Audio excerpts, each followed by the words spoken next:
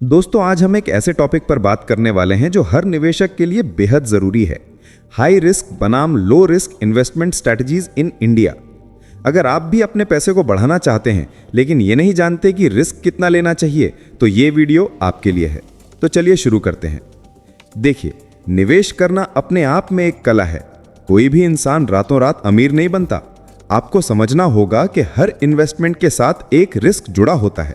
बस फर्क यह है कि कुछ इन्वेस्टमेंट्स में रिस्क ज्यादा होता है और कुछ में कम, और इन्हीं दोनों के बीच संतुलन बनाना ही असली रणनीति है।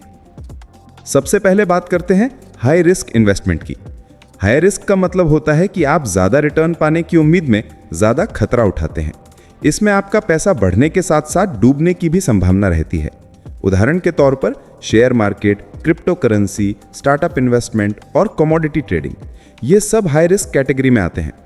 अगर हम शेयर मार्केट की बात करें तो यहाँ कंपनियों के शेयर की कीमतें रोज बदलती हैं। कभी 10% ऊपर चली जाती हैं तो कभी 20% नीचे गिर जाती हैं। अगर आपने रिसर्च करके सही कंपनी में इन्वेस्ट किया तो आपको बहुत अच्छा रिटर्न मिल सकता है, लेकिन अगर बिना समझे किसी ट्रेंड के पीछे भागे तो नुकसान भी हो सकता है। अब आते हैं क्रिप्टो पर। इंडिया में क्रिप्टो अभी तक रेगुलेटेड नहीं है। इसका मतलब यह है कि सरकार का इस पर सीधा नियंत्रण नहीं है। आज बिटकॉइन ऊपर है, कल नीचे, यानी रिस्क बहुत ज्यादा। लेकिन बहुत से लोग इसे अपनाते हैं क्योंकि इसमें रिटर्न का पॉसिबिलिटी बहुत बड़ा होता है। बस शर्त यही है कि आपको इसकी समझ होनी चाहिए और आप नुकसान झेलने के लिए तैयार हों।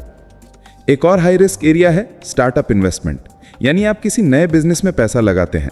अगर वो बिजनेस चला तो आप करोड़पति बन सकते हैं, लेकिन अगर फेल हुआ तो आपका पैसा डूब सकता है। इसलिए यह भी सिर्फ उन्हीं लोगों के लिए है जो रिस्क लेने की हिम्मत रखते हैं और लंबी अवधि तक इंतजार कर सकते हैं। अब बात करते हैं लो रिस्क इन्वेस्टमेंट की। लो रिस्क का मतलब है जहां नुकसान की संभावना बहुत कम होती है लेकिन रिटर्न भी सीमित होता है, जैसे fix deposit FD, public provident fund PPF, national saving certificate NSC और गवर्नमेंट बॉन्ड्स। अगर आप एक स्थिर रिटर्न चाहते हैं और पैसा सुरक्षित रखना आपकी प्राथमिकता है तो ये बेहतरीन विकल्प हैं। उदाहरण के लिए एफडी में आपको तय ब्याज मिलता है, चाहे मार्केट ऊपर जाए या नीचे, आपको नुकसान नहीं होगा। लेकिन इसमें रिटर्न भी उतना ही सीमित होता है, लगभग 6 से 7%।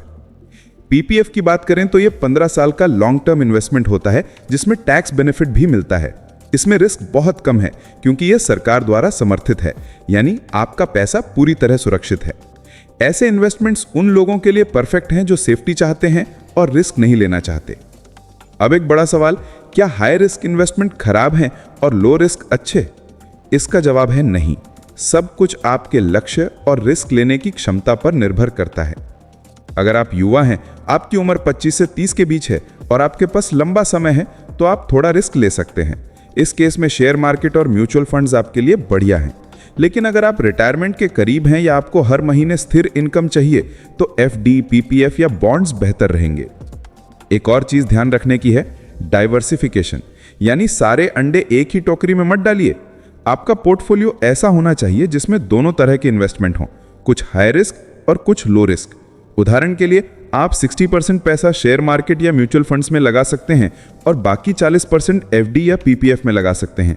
इससे अगर मार्केट नीचे भी जाता है तो आपका पूरा पैसा नहीं डूबेगा। अब बात करते हैं मीडियम रिस्क इन्वेस्टमेंट्स की, जो दोनों के बीच में आते हैं, जैसे balanced mutual funds, index funds और रियल एस्टेट। रियल एस्टेट में रिस्क है लेकिन बहुत ज्यादा नहीं। खासकर अगर आप मेट्रो सिटीज में इन्वेस्ट करते हैं तो लॉन्ग टर्म में अच्छा रिटर्न मिलता है। इंडेक्स फंड्स भी एक स्मार्ट ऑप्शन है क्योंकि इसमें आप पूरे मार्केट में निवेश करते हैं, किसी एक कंपनी में नहीं। अब बात करते हैं भारत में निवेश के ट्रेंड की। आजकल भारत में युवाओं की सोच बदल रही है। पहले लोग सिर्फ एफडी और गोल्ड में निवेश करते थे, लेकिन अब म्यूचुअल फंड्स, एसआईपीज और स्टॉक्स में दिलचस्पी बढ़ रही है। म्यूचुअल फंड सही है, ये सिर्फ एक लाइन नहीं बल्कि एक माइंडसेट बन चुका है। एसआईपी यानी सिस्टमैटिक इन्वेस्टमेंट प्लान, ये तरीका रिस्क को कम करता है क्योंकि आप एक साथ बड़ी रकम लगाने के बजाय हर महीने थोड़ा थोड़ा इन्वेस्ट करते हैं। अब सवाल ये आता है कि रिस्क को कैसे समझें। रिस्क को समझने के लिए आपको 3 बातें जाननी होंगी। पहली, कि आपकी उम्र क्या है, दूसरी कि आपका फाइनेंशियल गोल क्या है, और तीसरी कि अगर पैसा डूब गया तो क्या आप उसे सहन कर सकते हैं। अगर इन तीनों सवालों का जवाब ईमानदारी से देंगे तो आपको खुद समझ आ जाएगा कि कौन सी स्ट्रैटेजी आपके लिए सही है। और अंत में याद रखिए, इन्वेस्टमेंट कोई जुआ नहीं है, ये एक अनुशासन है। हाई रिस्क या लो रिस्क दोनों में सफलता सिर्फ एक चीज से मिलती है, धैर्य और ज्ञान से। जल्दबाजी में फैसले ना लें, पहले सीखें, समझें, फिर निवेश करें। तो दोस्तों, यही था हाई रिस्क बनाम low risk investment strategies in India का पूरा विश्लेषण। अगर आपको ये समझ में आ गया कि कब रिस्क लेना है और कब नहीं, तो आप पहले से ही आधे निवेशक बन चुके हैं। धन्यवाद। अगले वीडियो में फिर मिलते हैं एक और फाइनेंस टॉपिक के साथ।